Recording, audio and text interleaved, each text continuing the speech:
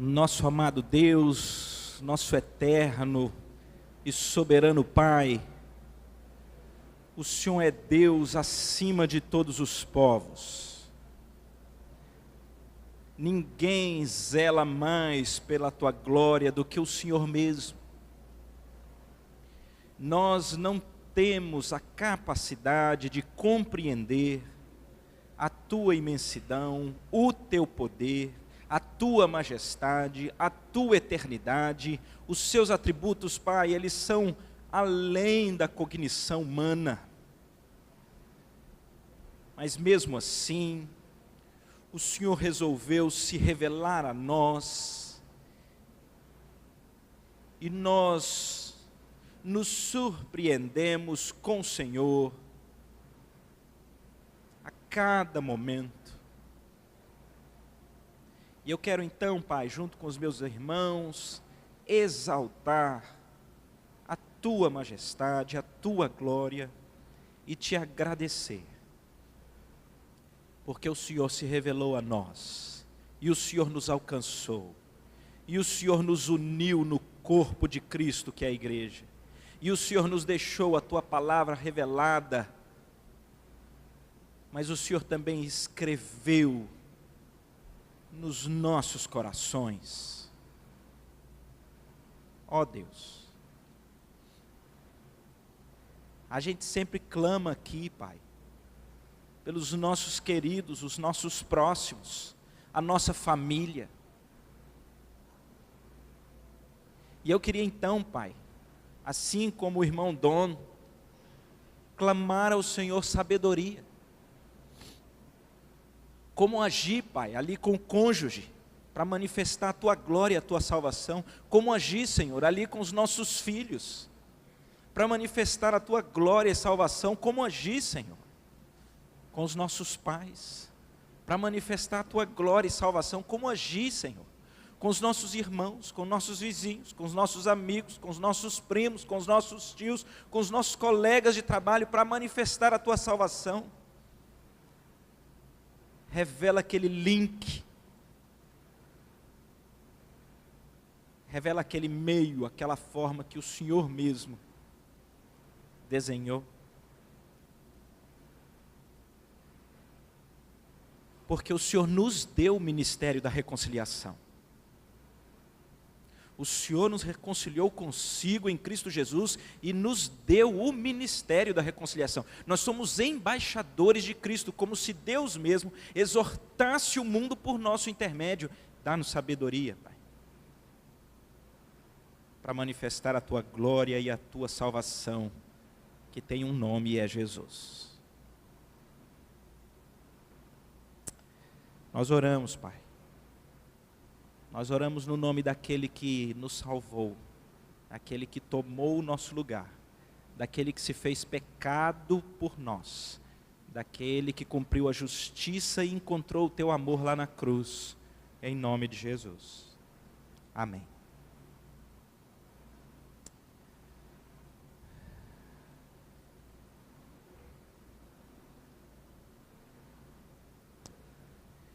Queridos, nós, há algumas semanas atrás, tivemos uma caminhada de estudos aqui a respeito dos relacionamentos. E esse tema nós começamos aqui, e por curiosidade, ele se tornou um tema lá de um grupo de discipulado que eu participo.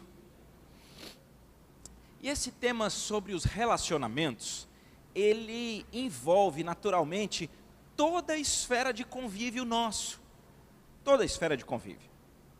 Mas o tema dos relacionamentos parece que ele é mais cirúrgico dentro de casa, porque são onde os relacionamentos são mais intensos.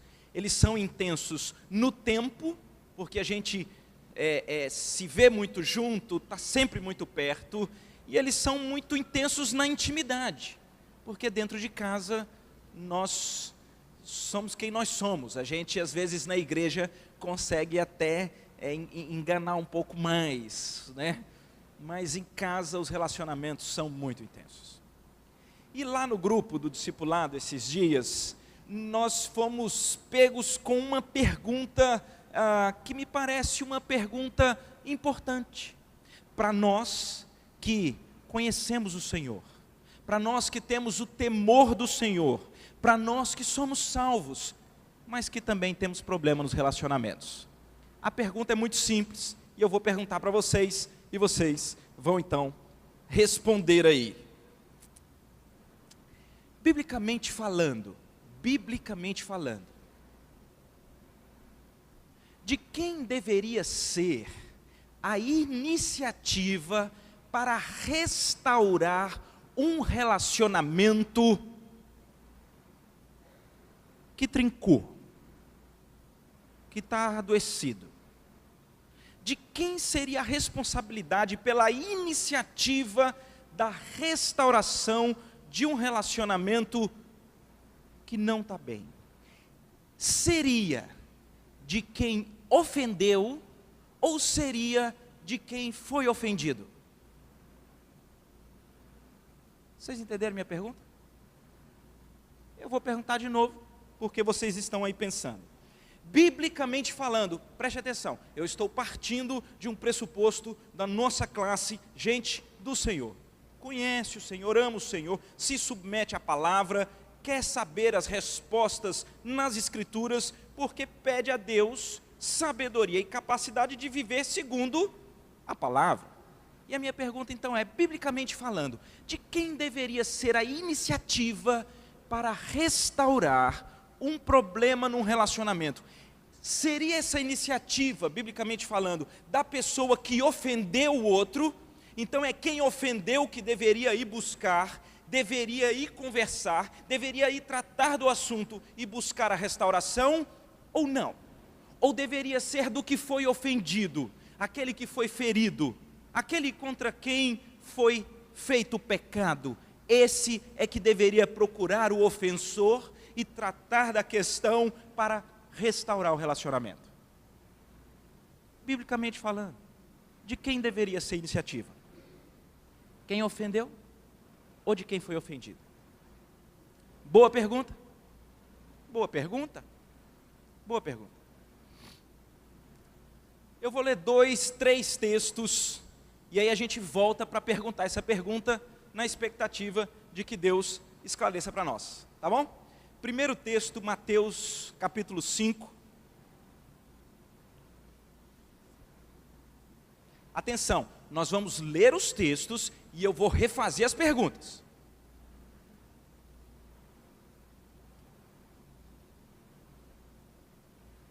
Mateus 5, no meio do famoso Sermão da Montanha do nosso Senhor Jesus, aquelas interpretações maravilhosas a respeito da estrutura bíblica do Velho Testamento. Então, num dado momento aqui em Mateus 5, no versículo 23, é dito assim: se, pois, ao trazeres ao altar a tua oferta, ali te lembrares que o teu irmão tem alguma coisa contra ti, deixa perante o altar a tua oferta, vai primeiro reconciliar-te com teu irmão, e então, voltando, faze a tua oferta. Lemos o texto? Mateus 5, 23 e 24. Próximo texto, também no livro de Mateus, capítulo 18. Capítulo 18. Capítulo 18. Mateus 18. Só um versículo que a gente está estudando aqui para responder essa boa pergunta. Versículo 15 de Mateus 18. Se o teu irmão pecar contra ti, vai arguí-lo entre ti e ele só. Lemos o texto? Lemos o texto? Tudo bem. Último versículo, Marcos 11.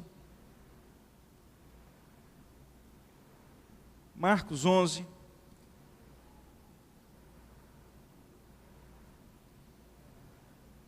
Marcos 11.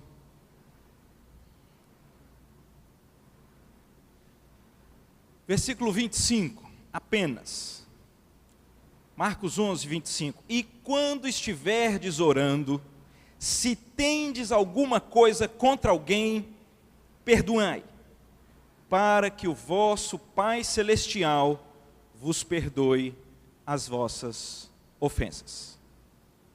Diz que ia ler 3 passagens, Mateus 5, 23, 24, Mateus 18, 15, Mateus 11, 25. Lidas as passagens, eu vou perguntar de novo. Biblicamente falando, a reconciliação, a restauração de um relacionamento com problema deveria ser de quem é a iniciativa da restauração? De quem ofende ou de quem é o ofendido? Hã? Não, eu vou fazer uma enquete, porque essa nossa aula, ela é difícil, porque a gente tem jeito de conversar direito mesmo, não? Atenção, atenção. Quem acha que a iniciativa bíblica para buscar proativamente, em primeiro lugar, a restauração, é de quem foi ofendido, de quem está ferido? Quem acha que a iniciativa é desse, levanta a mão.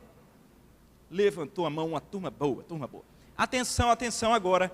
Quem acha que a iniciativa bíblica para buscar, em primeiro lugar, proativamente, a reconciliação, biblicamente falando, a iniciativa tem que ser de quem ofende?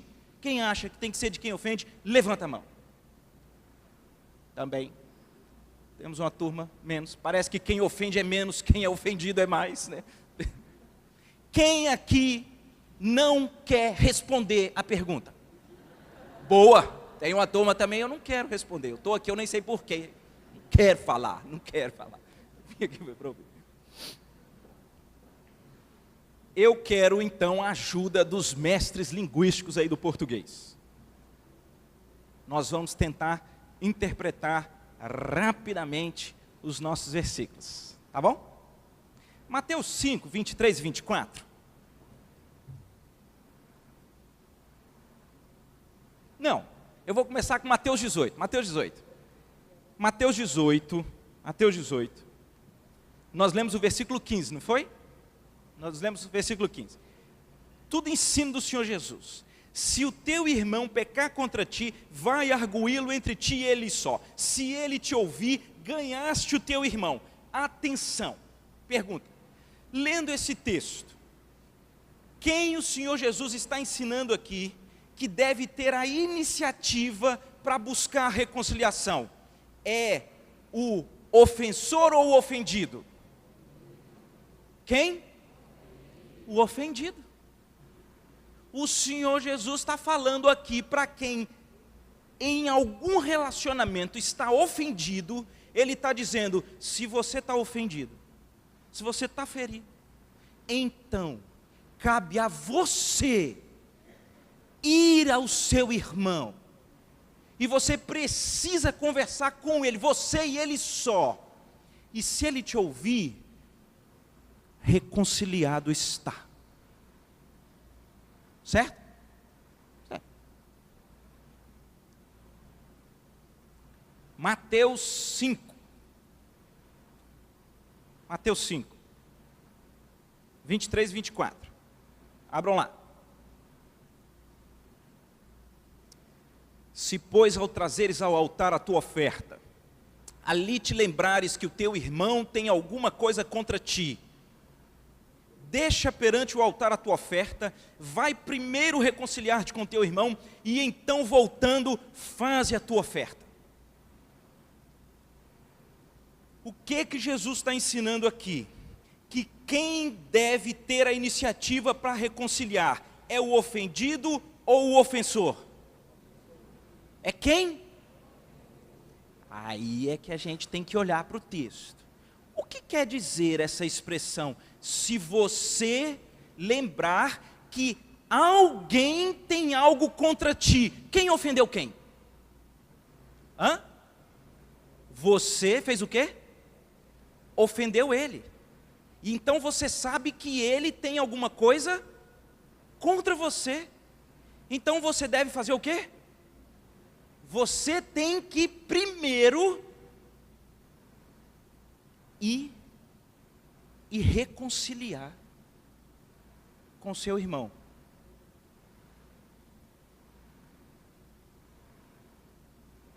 Então vou perguntar de novo. Biblicamente falando, quem deveria ter a iniciativa de buscar a restauração de um relacionamento que bambeou? Quem? Quem? É você. É você. É você que tem que ir. Porque o que acontece? Metade aqui levantou a mão dizendo que era o ofendido. Sabe por que você diz isso? Que tinha que ser ofendido? Porque você fala mais ou menos assim, mais ou menos assim. Eu agora vou fazer uma provocação, né? Rapaz, lá em casa, sei não. Minha mulher é melindrosa demais. Sei lá. Se eu cheguei em casa e não cheguei cantando "Eu sei que vou te amar", ela já fica melindrosa. Se eu entrei, eu estou apertado, eu quero ir no banheiro, eu não falo nada, ela já fica lá, é muito melindrosa. Assim, às vezes eu nem sei se eu feri a pessoa. Pessoa é que tem que vir falar. E outra, Jesus ensinou que quem está ferido é que tem que vir falar. Então, eu estou achando ela meio estranha ali, mas se ela estiver ofendida, que ela venha falar. Mas o outro lado também vai acontecer. Quando nós somos ofendidos, nós vamos ter o mesmo raciocínio no sentido contrário. Nós vamos dizer: rapaz, fulano pecou, fulano se ofendeu contra mim, aí agora, fulano me ofendeu, e agora eu é que ainda tenho que ir atrás? Não. Se a pessoa quiser que ela venha, eu não tenho nenhum problema não, até perdoo, mas a pessoa que venha. E a história mostra que normalmente nós fazemos o raciocínio em razão do polo onde nós nos encontramos. E sabe o que é pior? É possível você encontrar fundamentos bíblicos para argumentar aquilo que é a sua tese do momento. Então a minha esposa me ofendeu, e eu estou muito triste e arrasado, porque ela pecou contra mim, e eu estou ferido. E eu digo assim: a minha esposa, ela não deveria nem ir à igreja adorar. Sabe por quê? Porque a Bíblia diz que se você for ao altar, entregar a sua oferta, e ali se lembrar que alguém está sofrendo pela sua causa, você nem adorar poderia. Você deveria, em primeiro lugar, deixar a sua oferta, voltar, se reconciliar, para depois ir adorar. E a minha esposa não pediu perdão, não falou comigo, e está lá, bonitinha, com a mão levantada adorando. Não tem um versículo? Não cai como uma luva? Eu não posso, além de me manter ferido, ainda conseguir julgá-la, porque ela não está atendendo à convocação de Cristo para restaurar o relacionamento? Posso. Mas ela vai estar aqui e dizendo: aquele meu marido é melindroso demais, ele está muito esquisito, eu sei que alguma coisa aconteceu, está muito esquisito, e eu conheço ele, sei que está bravo comigo, está lá caladão. Porque tem uns homens que são assim, a gente quando fica mal, a gente fica caladão. E aí a mulher está aqui dizendo: Senhor, intervém com sabedoria e graça, porque a tua palavra diz que se alguém tiver alguma coisa contra, a pessoa tem que ir procurar resolver, e ele não vem resolver, e ambos se perdem, porque o ensino de Jesus é extremamente claro. As nossas esferas de relacionamento não nos pertencem, pertencem a Deus. E a restauração dos nossos relacionamentos é algo tão caro, é algo tão primordial para o Senhor, que Ele nos revela na sua palavra, que a iniciativa para restaurar os relacionamentos com qualquer ferida, a iniciativa, ela é sua. É simples assim. Eu penso que a gente ajuda a interpretar o Mateus 5, quando a gente lê lá Marcos 11. Porque Marcos 11, quando nós lemos, ele usa a mesma expressão no sentido contrário. Lá em Marcos 11 é assim: quando estiverdes orando, se tendes alguma coisa contra alguém, aqui no caso, quem é que é o ferido? Abra lá, porque vocês ficaram muito quietão. Vamos lá, Marcos 11, 25. Quem foi ofendido aí? Marcos 11, 25. E quando estiverdes orando, se tendes alguma coisa contra alguém, perdoai. Então quem é que é o ofendido aqui? É quem está orando, sou eu, não é isso? Então, olha o ensino de Jesus, olha o ensino de Jesus.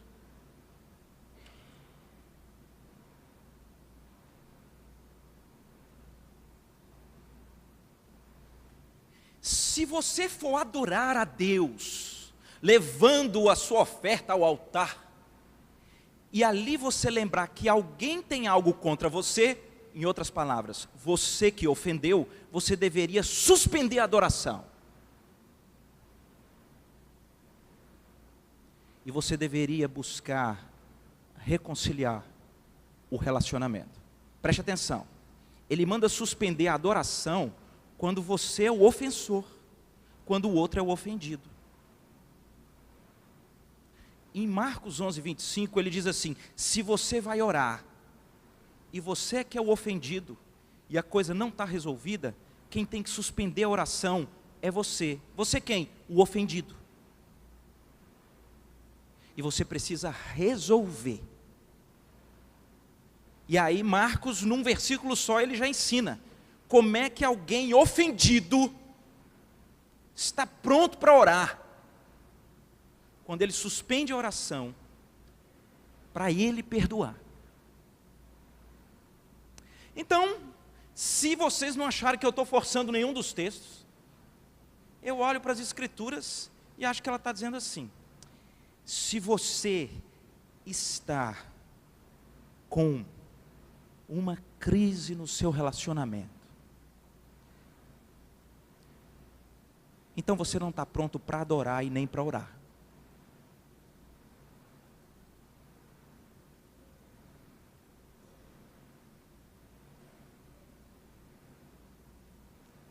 Espera aí, Roberto, mas eu sou o ofendido. Então Jesus está dizendo: suspende a oração, vai lá no seu coração, pega essa amargura, pega esse rancor, pega esse ódio, e você resolve esse negócio com algo chamado perdão. E você continua a orar. E esse negócio tem sido tão legal para mim, porque é muito comum, especialmente nos relacionamentos que demoram muito tempo.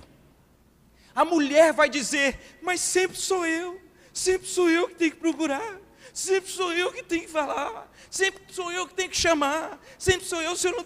eu cansei.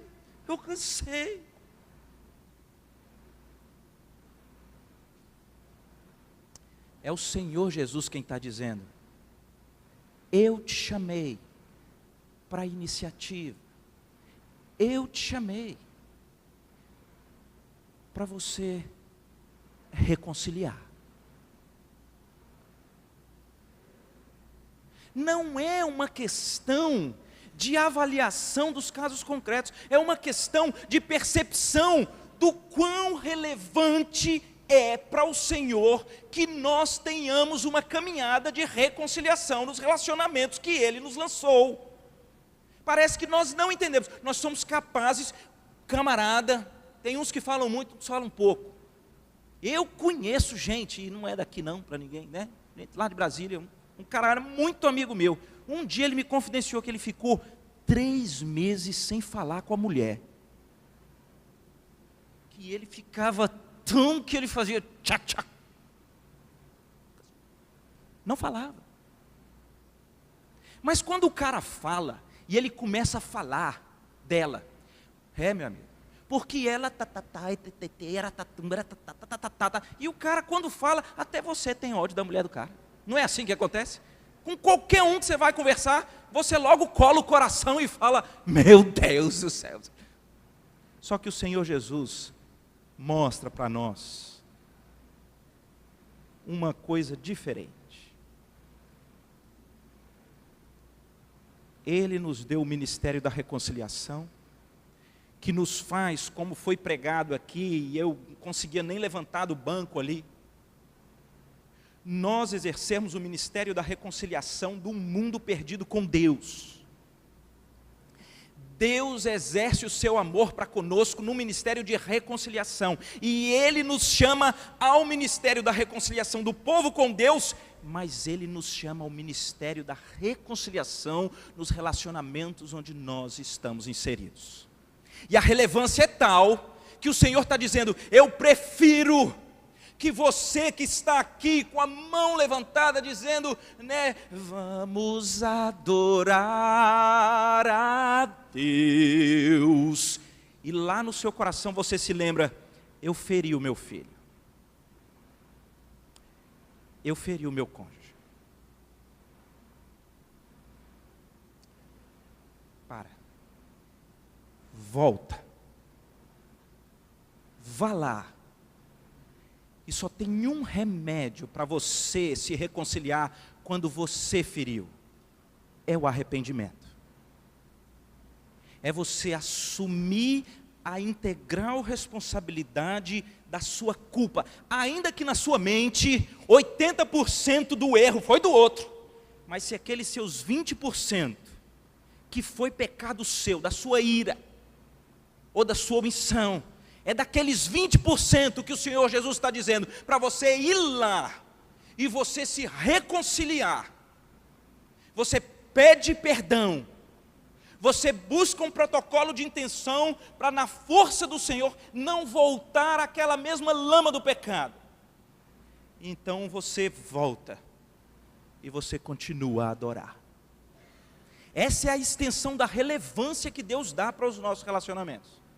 A mesma coisa é o contrário, é quando você está orando, é reunião de oração, é você em casa, é você na igreja, e você está clamando exatamente pela transformação da vida daquele crápula cachorro, e você para e fala, peraí, mas Jesus disse que se eu estiver orando e eu tenho alguma coisa contra alguém, eu preciso primeiro perdoar. Você muda a oração, você de joelho que está ali clamando para cair fogo do céu, você fala assim, Senhor, eu preciso perdoar, eu só não estou dando conta, eu preciso que o Senhor me ajude a perdoar internamente, e que o Senhor me dê a capacidade de Mateus 18, como ofendido, procurar, já não agora para julgar, para pôr o dedo na cara, mas para restaurar, eu preciso, e quando você resolve, você então continua a oração.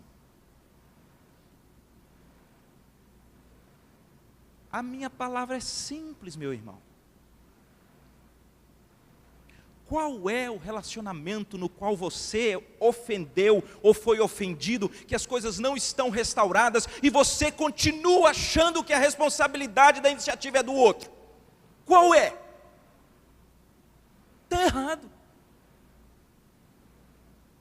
Mas você acha que está tudo bem, porque você tem aquela fala como normalmente nós temos, né?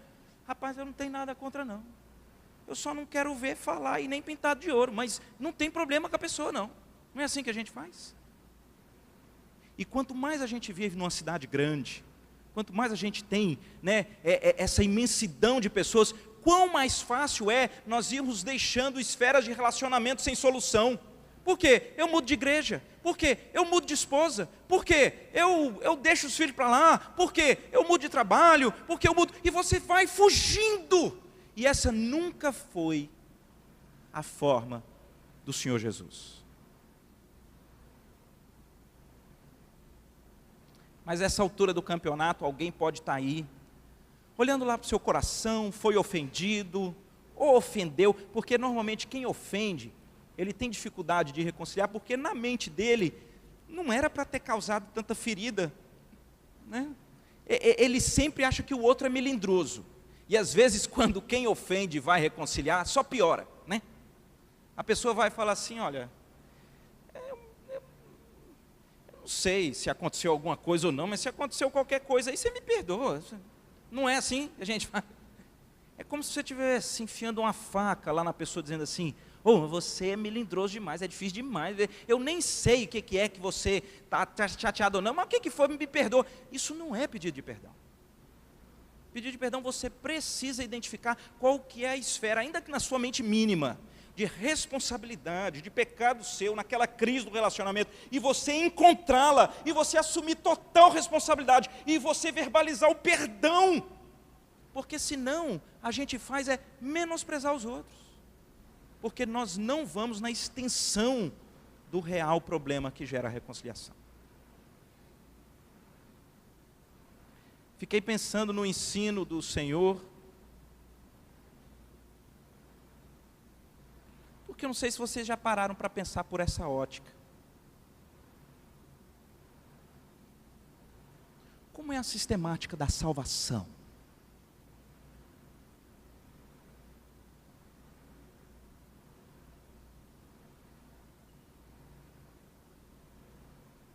Como é que ocorre essa grande reconciliação divina? Quem é o ofendido? Deus. O pecado faz separação entre Deus e os homens. É o homem criado à imagem e semelhança de Deus para um relacionamento íntimo e diário com Deus, que dá ouvidos às ciladas do diabo, e naquele instinto da vaidade, naquele instinto de estar no centro, naquele instinto de ser o primaz, naquele instinto de ser o centro, porque afinal de contas, se você comer, você vai ser como ele, conhecedor do bem e do mal. O homem escolhe a desobediência, escolhe o pecado, e nisso ele ofende a quem? Ao Deus Criador. Deus é o ofendido. E o que Deus faz?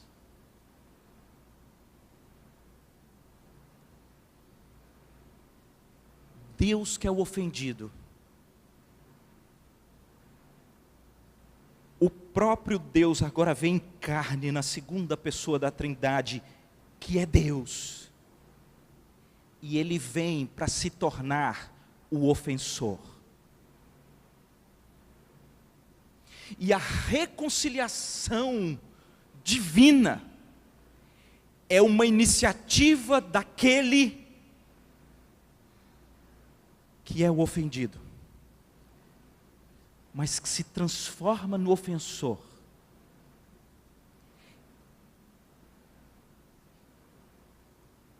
E eles vão até a cruz.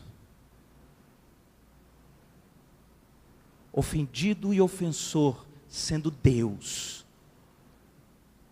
que é quem toma a iniciativa. E ali na cruz, Ele reconcilia consigo o mundo perdido.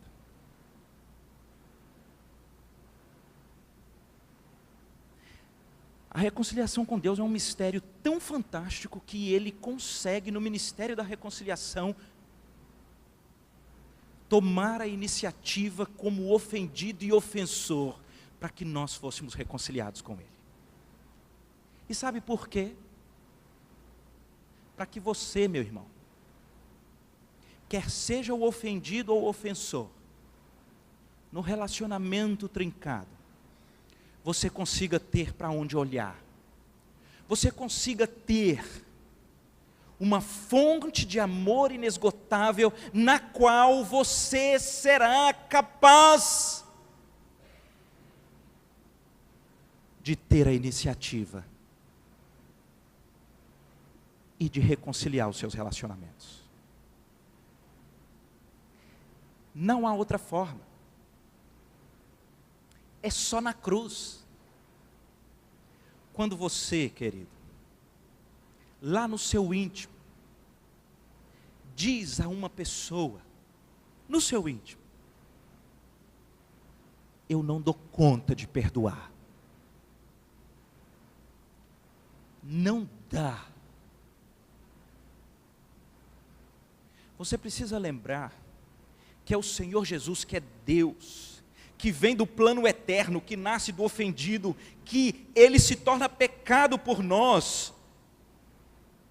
Ele é quem diz: um novo mandamento vos dou, que vos ameis uns aos outros, assim como Deus em Cristo vos amou. Que amor é esse? É o amor de quem sofre o dano. Quando? Quando o outro não merece. Esse amor diferente que é revelado na cruz, que é tão difícil, Ele será a única mola propulsora que lhe permitirá, sendo o injustiçado da história, você olha para Ele e você agora é preenchido da força que Deus supre, e você é capaz tanto de perdoar mais uma vez, como de se quebrantar, se arrepender, para restaurar mais uma vez. Não é pelo merecimento do outro, não é pelos milindres do outro, mas é pelo que Cristo fez. Jesus é tão sábio, Jesus é tão capaz, que Ele ensina isso para nós, na palavra de Deus, com aquela parábola. Essa foi a última que nós estudávamos lá no discipulado, e é de uma capacidade tão feroz, que mexe com qualquer um de nós. A Bíblia diz, Jesus vai falar sobre esses problemas de relacionamento, e Ele diz assim: um certo servo devia, nós fizemos a conta lá, 10.000 talentos. 10.000 talentos, num comentário lá das Bíblias que a gente tinha, dizia assim: um talento seria a quantidade de um salário normal de 20 anos.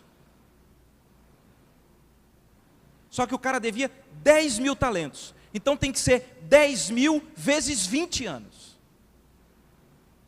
Dá quanto? 10.000. Se fosse vezes 2, 20.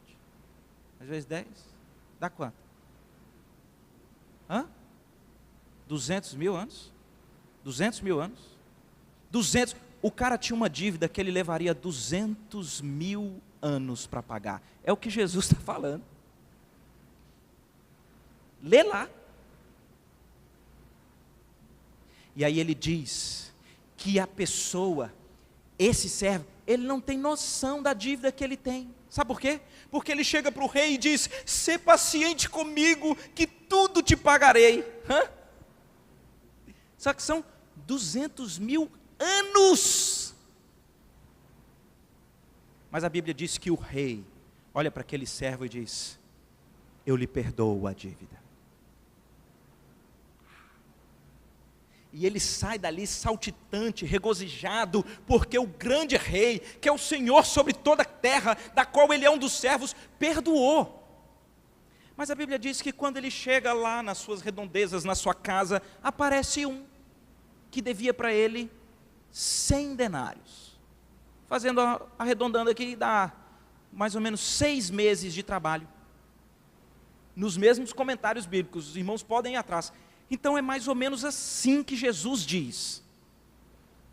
O cara foi perdoado de uma dívida, e agora ele chega em casa e ele está tendo um problema. O problema é sério. A Bíblia diz que o cara devia para ele mesmo e não pagou. Isso é sério ou não é? É sério. Aquele cara que foi perdoado, ele agora está sendo ofendido, claro. Mas a Bíblia diz que essa enorme ofensa que ele tem, ela é 400.000 vezes menor do que a ofensa dele para com o rei. Só que lá com o rei, ele quer graça e misericórdia, mas aqui no relacionamento, ele quer justiça. Não é assim? E ele diz, a Bíblia diz que ele pega e estrangula o sujeito e diz: paga-me o que me deve. Lança ele na prisão, a mulher, os filhos. E é tão assintosa a história que todos nós, quando lemos, até a gente olha e fala assim: que é isso? Isso é um cara, como é que ele pode ter sido perdoado com tamanha graça e misericórdia? E ele... e de repente os companheiros lá contam ao rei, o rei o chama e fala: meu amigo, eu lhe perdoei 400.000 vezes mais. E você não consegue reconciliar aí esse caso, que a justiça é realmente mandar prender, mas você não consegue perdoar. Pois então você não é meu servo. E Jesus diz: é assim que meu Pai faz com quem do íntimo não perdoa, não reconcilia. Sabe o que falta para nós, queridos? Sabe por que é tão difícil para nós resolvermos e reconciliarmos os nossos relacionamentos? É tão difícil porque nós nos esquecemos da dimensão da reconciliação operada lá na cruz a nosso favor. Esquecemos. Ou pior, nem somos servos do Senhor Jesus. Deixa eu te falar, o que Jesus ensina está difícil, parece que você já fez isso várias vezes, tem que ir de novo. Olha para a cruz, e você vai ver algo 400.000 vezes maior do que essa grande angústia que você tem, porque Deus prova o seu grande amor para conosco, pelo fato de ter Cristo morrido por nós, quando éramos ainda pecadores. Não depende do merecimento do outro. Vamos resumir. De quem é a iniciativa, queridos? Para restaurar qualquer crise lá no seu relacionamento. É do ofendido ou do ofensor? É sua.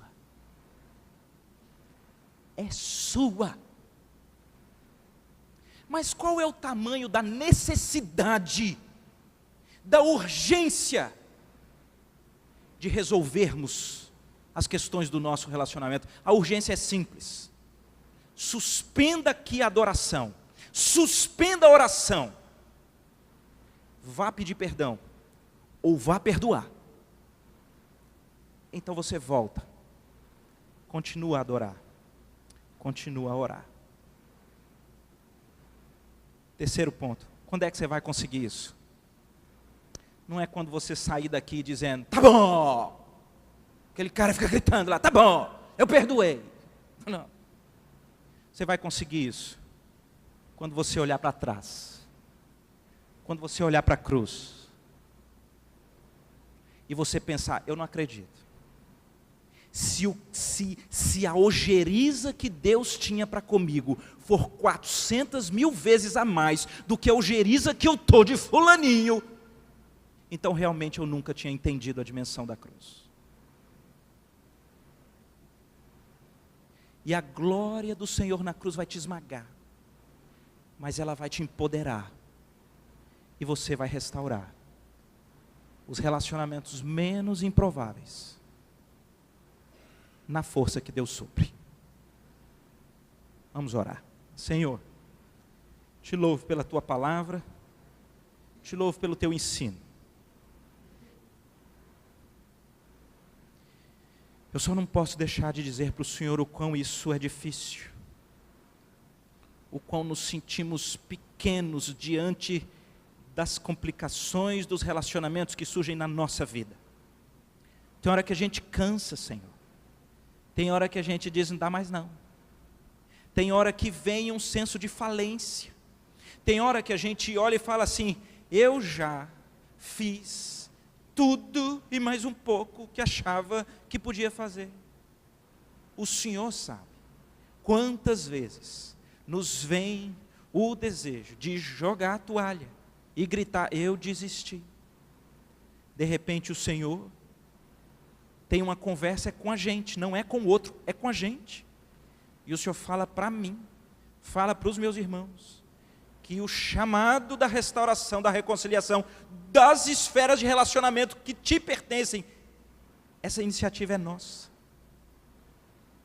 Esse negócio é difícil. E o Senhor sabe, Pai, o quanto às vezes a gente acha que dá para viver assim. Dá para viver assim. meio mais ou menos, meio sem sal, cada um para um lado. Nós caímos na filosofia humana de que o tempo vai resolvendo. E nós não entendemos a relevância que o Senhor dá. O Senhor quer gente que te adora, tendo buscado reconciliar os seus relacionamentos. O Senhor quer gente que ora, tendo ido libertar o coração das amarras, das ofensas, com o perdão. O Senhor quer gente que consegue sarar o coração que está nas crises dos relacionamentos. E a gente diz para o Senhor que esse negócio não está nas nossas mãos. É por isso que a minha oração final é: leva-nos à cruz, Pai, todos os dias. Leva-nos à dimensão da reconciliação que foi operada ali. Faça-nos lembrar, Pai, que perdão não é sentimento, é mandamento, como o amor. Faça-nos lembrar, Pai, que isso nunca deve depender do merecimento ou não do outro, mas isso só pode ser vivido na dimensão do Teu amor revelado na cruz. Que tão grande salvação, Pai, seja viva e eficaz nas nossas vidas e na restauração dos relacionamentos que estamos inseridos. Na força que o Senhor mesmo supre, como o ofendido e ofensor, que assumiu ambos os polos, para ter a iniciativa da cruz, para que mesmo sem nenhum merecimento, nós fôssemos reconciliados com Ti. Nunca conseguiremos verbalizar com palavras a gratidão que temos pela salvação em Jesus. Em nome de quem nós oramos ao Senhor. Amém. Que Deus nos abençoe a todos, queridos.